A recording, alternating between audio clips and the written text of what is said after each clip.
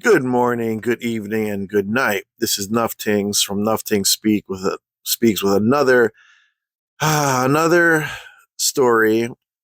I have so many of them, so sit down, sit back, relax, put your feet up, drink some tea, have some chips, have whatever you have as food that makes you feel good because you're going to listen to a long story. Well, it's not long, but anyway, so it's about a chick that I knew years ago. So me and this girl, she was a good friend of mine. We knew each other from high school, and we're gonna call her Roxanne. Roxanne. All right, so Roxanne and me went to the same high school, but we never hung out, right? You know when you go to high school and you have your group of people and it's not with somebody else, and you never even notice certain people. So when when we were in school, I never noticed her. Right. When we got older, I still didn't notice her, but for some reason we started talking like, when we were in our 20s and stuff.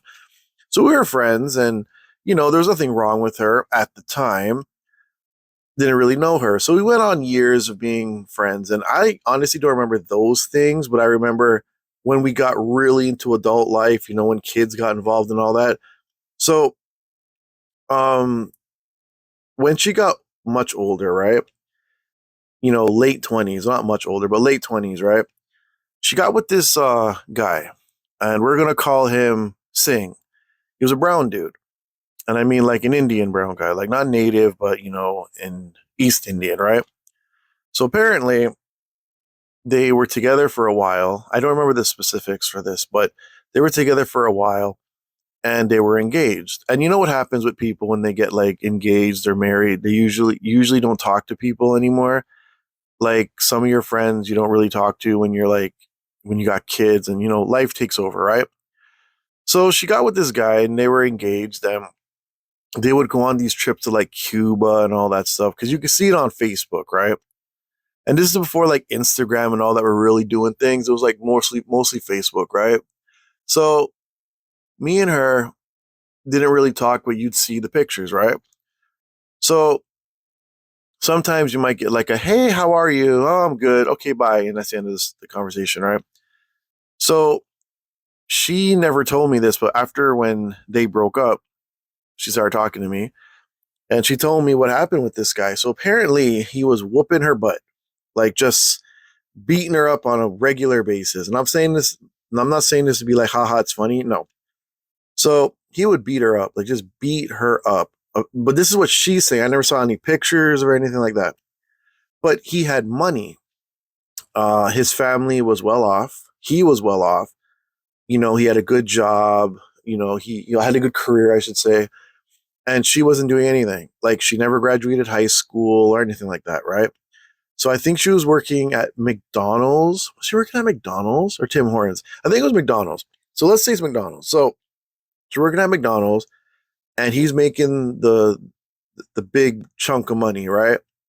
So I'd assume he's paying for all these trips and whatever. He wanted to have kids, right? She didn't want to. So he whooped her butt. And apparently she was cheating on him with another guy. Like they had another friend, like it was a mutual friend, another East Indian dude, and she would cheat on him like regularly with this guy. So I guess he found out and whooped her butt. So they break up. And at this time her mother was still alive. Now, her mother hated him and whatever, right? But then after that, her mother passes away from cancer. I think it was lung cancer, something like that. So she's now back at home. She has a brother, a younger brother. Her dad's still alive and whatever. So she's living at home and she's doing childish things like she's hooking up with random guys and this and that. So she wants to have a baby now. So she tells this guy that she was talking to, like, look, I need you to put a baby in me. Like, this is what she told me. So it's hilarious. I need you to put a baby in me. So he goes, sure, I'll put a baby in you, but I want no contact. I don't want to see the kid. I don't want to be, I don't want it to be, what did he say? Like, I don't want the responsibility, really, was what he was saying, right? So, and he was a Jamaican dude. Who would have thunk it, right? Oh, and if I didn't clarify, she was a white girl with blonde hair. So, anyways, the guy, can't, I don't know his name, the Jamaican dude gets her pregnant. So she gets pregnant and she has this baby and a little light skinned kid. And let's call him Roger. Okay. So she has little Roger and he looks just like her. It's hilarious. So, um, when she has the baby, they get into some financial stuff since the mother was dead. There was some issues with like the dad and he didn't want his kids home or something like that because he got a new girlfriend. So she wasn't working. She didn't want to go back to work because she felt like she's a mother now. She doesn't have to work. And she kept on having random dudes come to the house. Now, mind you, this is her father's house that he bought with the mother, and the little brother is there who's an adult, right? But he's still the little brother, right? She would have random dudes come to her house. So she was living in the basement. She wasn't paying any rent, she wasn't doing anything, but she had the basement and she would have random dudes come in and out. It became a huge problem, right? But she had the small kid, right? So anyway, she tried to go back to the baby daddy and say, "Look, I need help, whatever." He said, "Look, I have nothing to do with this. I told you what it was. I don't want nothing to do with the kid, whatever, right?" So then she's calling him a deadbeat. So she's telling me this, and I'm like, I guess he's a deadbeat, but he told you beforehand. Like he literally said to you, "I don't want nothing to do with this kid. I'll put a baby in you. You're on your own, sis." And she was like, "Nah, whatever. It's this kid. He needs to do it." So I was like, okay, whatever. So during this time, she has revolving door of men, like nonstop men. And of course, they're all black men. It's hilarious. She then starts dating a stripper. So this guy, another black dude, was a male stripper. So she would go to his strip joint. And I always thought that there was a rule that if you're dating someone at the strip joint, you don't go there when they're working so you don't see them with like other people. But she would go and, you know, it was weird. They decided to live together. So now this guy lives at home with his dad, who himself is dying. Wait, okay, yeah, he was dying from cancer, right? And also before I forget, her dad actually died. So going back to the house before I get into that next part, her dad dies from the same cancer the mother had, right? So he leaves the house in their name, right? So the son, like her little brother and she were the beneficiaries of the house, right? But the house wasn't fully paid for. Now the brother, he went to school, all that stuff, but he wasn't like a doctor or anything. Like he was just a regular dude working a regular job, but it was a higher paying job than what she had, right? And remember, she doesn't work. So the brother told her, like, look, I can't pay these bills, and the thing was the brother then told everybody that he was gay. So the brother was a gay dude. It has nothing to do with anything, but I sort of understand what he was trying to tell her. Because what would happen is she would have random dudes come to her house. And it started with that, like it ended with the stripper dude. So she had random strippers come over and she would have her little sex thing and whatever. And the brother would be upstairs. She had the basement. So the brother would tell her nonstop, I don't feel comfortable. Like, have you having all these randoms in our house? We can get robbed one day, whatever. And mind you, the brother is a white guy. These are black dudes. He's probably like totally scared, right? Like, it was just weird. And like, even I met the brother one time and I shook his hand and his hand was like so wet. Like it was like he was sweating in his hand. And I was looking at this guy like, dude, you all right? Like he was just so his hand was so wet, bro. Like and it was just weird. But he seemed like a nice guy. I met him once. Like it wasn't like, oh my God, like, but whatever. So she has this son and she has all these random dudes coming into her house, right? So the brother behind her back gets lawyers involved, and he found a way to make it that she had no say in him selling the house. So he sells the house and doesn't give her any of it. He said that, I'm paying all this money into it, and I guess he had receipts and whatever, and his lawyers knew what the hell they were doing. So he then put her on the street. He's like, look, I told you what to do. You wouldn't get a job. But she said that she was going through the process of going on welfare. But he was like not having that. He's like, you got to go. So she then gets mad at the brother and says, well, what about your nephew? And he goes, well, what about your son? Like, he's your kid. Like, I get it. He's my nephew. But like, that's your son. You handle your business with your son. So she and him got into this huge thing, and because she had nowhere to go. So now that same stripper that I told you that she was dating, there was a main guy. What the hell was his name? Okay, his stripper name was Shy. Okay, that was actually his name that I remember. Okay, so that's going to be his name for the rest of this video. So Shy lives at home with his dad, and his mother didn't his mother didn't die. Sorry, his dad had cancer, but his mother wanted nothing to do with them because he was a stripper and she was very religious, right? So she went it to Shy's house. The joke about Shy is his dad had won the lottery, and he had like, I think he won like 40 million or something like that. Like he won a big lottery out here. So his house was good, but she was like, all right, well, you know, do I need to pay rent? And they didn't charge her rent, which was hilarious. No, sorry, they did. But they didn't give her receipts, right? So you have to give receipts to welfare to know that you're paying rent. So she had to forge receipts, which I was like, wow, okay. So the daddy had all this money, so Shy didn't have to really worry. So he worked a stripper job and whatever. So she would rent the basement. But then Shy would only go down there when he wanted some booty. He would go down there and he would tell her, like, you better brush your teeth and wash this and wash that. I'm coming down there, and whatever, right? So he would then, on days when he didn't want her, he would have another girl come in and he would be slamming that girl while Roxanne was in the basement hearing all this. And she thought that was her boyfriend. And I was like, dude, that's so weird.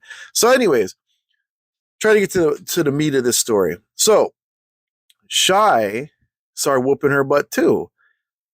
And we're talking like Shy is a big muscular guy. And he would like whoop her butt. And he was taking steroids. Like he was on some hardcore steroids and was whooping her behind too, right? And she then tried to talk to the baby father of the kid, who I forgot his name now. That guy had a chain of West Indian restaurants, right? And he didn't want nothing to do with her, but she would beg and beg and beg. And then he started to come around. He would like buy the kid like a bike or something, but he wouldn't buy anything like substantial for him, like, are you spending time with him? So she was with Shy for 5 years, right? She says long years. She finally leaves him and goes living on her own. Now, during this time, she's going further and further into the hood. So she then went to live in some spot. I can't remember what. I think it was Regent Park or something. And if you know Regent Park, you know Regent Park. So when she was in Regent Park, she met with this other dude. And he was another big, buff black dude, right? He then would do the same thing Shy did. Like literally do the exact same thing. And he would have other girls. what he would do too is like he was running like a business. Like I think his family had his family was in construction, but he was a football oh my god recruiter, right? So she would go and work for free for in these construction jobs just to help him so that his family wouldn't get into trouble, right? And apparently she was working their books, like they allowed her to work the books, but she did it for free. And it was just nonsense. Like the whole thing was stupid because, and like now, remember, she's still not working. She's on welfare, whatever, right? So now, after years of being with this guy, she had gotten a place, right? So the lady that had the place, it was a 1 bedroom apartment. The lady that had it, um, she was renting herself. Like she didn't own the apartment. So she was renting it. So what she did was she had Roxanne pay her rent while she wasn't there and then would give it to the landlord, right? But she was overcharging her because she had nowhere else to go, right?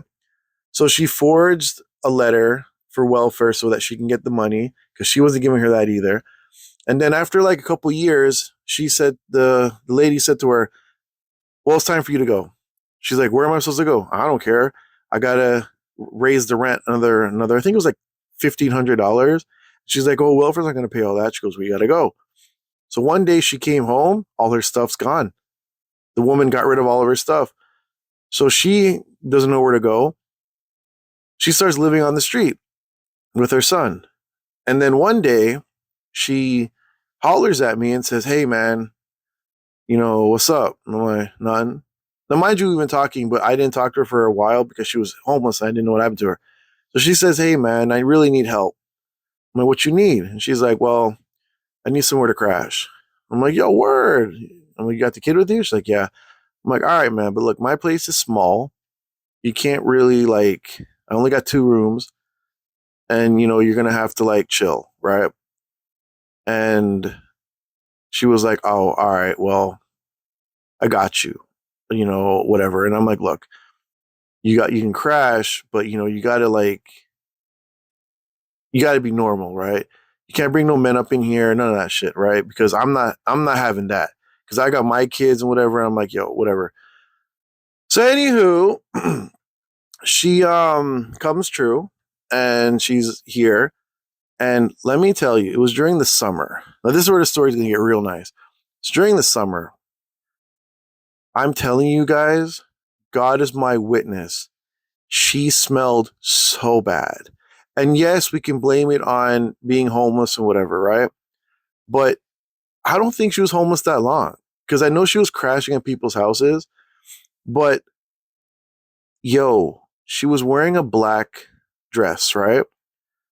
And we were walking somewhere. Like this is when we first got her, and I was behind her, and the wind was blowing the stink on me, and it was like, dude, what the hell? So I told her, I'm like, "Yo, man, when was the last time you showered?" And she's like, "Oh, a couple days." So I'm like, "Yo, take a shower, bro." "No, it's okay. I don't need to shower. I'm not dirty." Okay, whatever. And like my kids were like, "Oh my God, like she smells so bad." And it was bad. So she then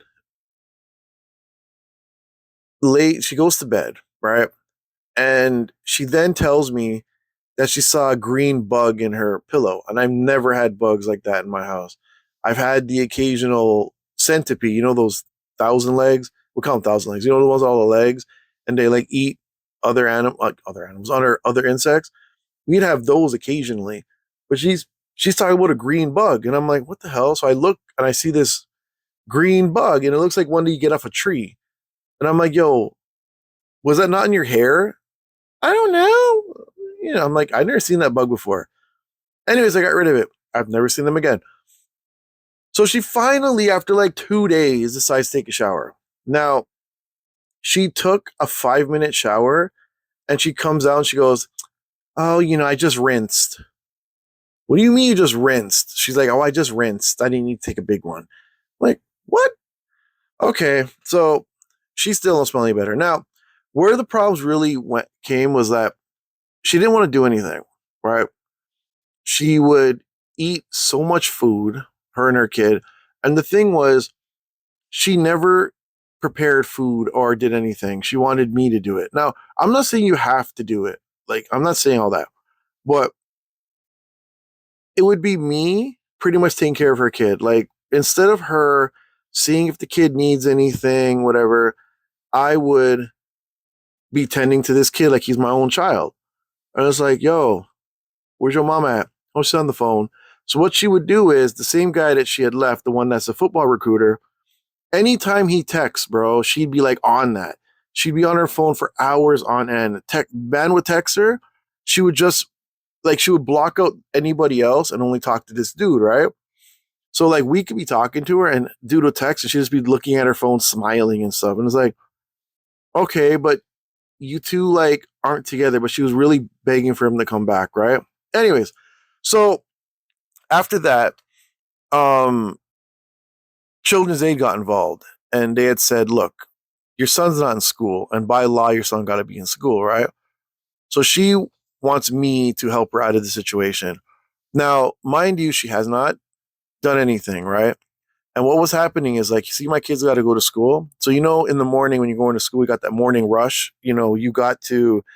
Everyone's got to, get ready and go to school, and people got to eat, people got to do this. What she would do is she would lay on the floor and just not move. So we're having to walk around her, walk over her, kids sitting there. And then she would sit there and be like expecting us to give her breakfast. And it's like, why don't you give yourself some breakfast? Like I told her, like you can make eggs and stuff, like do whatever you want. Like I don't care.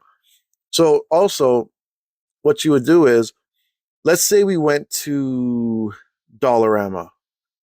She would then holler at one of her homeboys or one of the guys that she was banging and say, look, I need some money.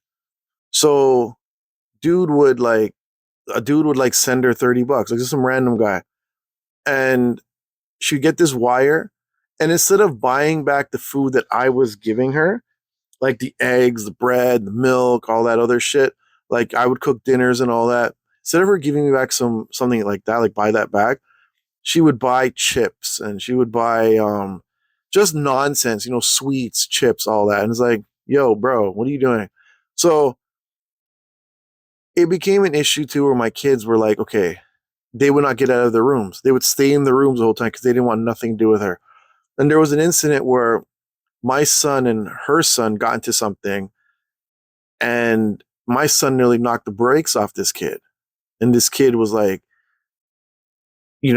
telling her how, oh, my son did this and my son did that. I'm not saying my son didn't do anything, but like, it was just such a weird thing because the son didn't like the thing about the kid, and I'm not blaming the kid, he didn't even know how to use a knife and fork. Like, he literally had no idea. Like, I was sitting there having to teach him how to do things. Like, he had no idea how to do anything. And I noticed too, like, she wouldn't brush her teeth in the morning, and it was weird, bro. So she CAS got involved, and they wanted to see her. So she would um, like if you don't see them, they're gonna take your kids, right? So she then would like ignore the calls and whatever. So she finally went to the school that's not too far from where I am. She has to sign up, but they need proof of address and all that. So I was like, dude, I really didn't want to fill out my information, like, because I told her, like, find a place or something, but she wasn't even trying. So I was like, dude, come on. Like, the whole time, it's like, she didn't make a move, like, go look for a job, go look for this, go look for that. She just laid on her butt on the phone the whole time. And it's like, bro, you grown. Like, we're not talking about a 20-year-old again. We're talking about a grown person in mid 30s with a 10-year-old. You see what I'm saying? Like, it doesn't make any sense, right?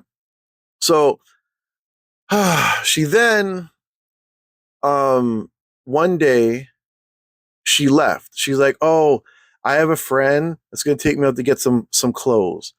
By this time we had already ran out of patience with her, and we were not feeling her anymore because even my baby mother was involved. She was around and she couldn't stand her. She was like, we're not supposed to be catering to her. She got to make a move. Like, we all got to go to work. We got to take the kids to school. And you just laying there. You know what I'm saying? Like it was one of those things, and she was not feeling it. She was like, "Nah, bro, I don't like that." So she tried to get along with her, but like it just she wasn't making moves, and that was the problem. And like she wouldn't like she never offered to like, yo, let me handle these dishes for you, bro, or let me cook a meal, or let me take some of this money and buy some eggs. Like it was nothing. It was like we owed her this shit. So it's like, okay, whatever. So then she gets a call from this dude and she leaves. Like she literally just boogies. So I was like, okay, this girl ain't coming back. She leaves for 3 days. Now, it was Friday when she left, and she had an appointment for her son on Monday. Now, the thing about that, why it's so silly, she never enrolled her kid in school. Every day when she was supposed to enroll him, she would have another thing. Oh, I can't do it today. Oh, my coochie hurts, or this or that. And like she would have all these excuses, right? Yet they want to take your son, but like you don't want to handle your business. So then when she left, she leaves for 3 days, and we were like, well, I don't want her to come back. So I talked to the fam. My kids didn't want her back because, the kid was like making my kids feel uncomfortable. My son wanted to knock his face off. Baby mama didn't like the girl, and it was like a huge thing. Like she's in the way. I was like, she's in the way. Like she doesn't know how to get up and move. She's in the way when we're trying to get ready in the morning. Like it was just a whole thing, right? So we told her she can't come back. So what happened was she called me and she goes, "Hey, I'm on my way back." And it was like Sunday night, like late, like 2 in the morning. And I'm bringing pizza. No, sorry, I'm stupid. It was Monday. She texts me and she's like, "Hey, don't eat anything. I'm bringing pizza." And I'm like, "Don't you have an appointment for CAS?" She's like, "Oh no, I'll deal with that tomorrow, whatever, right?" So then I get a phone call from CAS and they're like, "Look, she put us as like a contact, put you as a contact." I'm like, "Oh my God, okay, what?" They go, "Tell us about her." I'm like, "Well, I don't really know much anymore. Is she crazy?" Like, no, I didn't say that.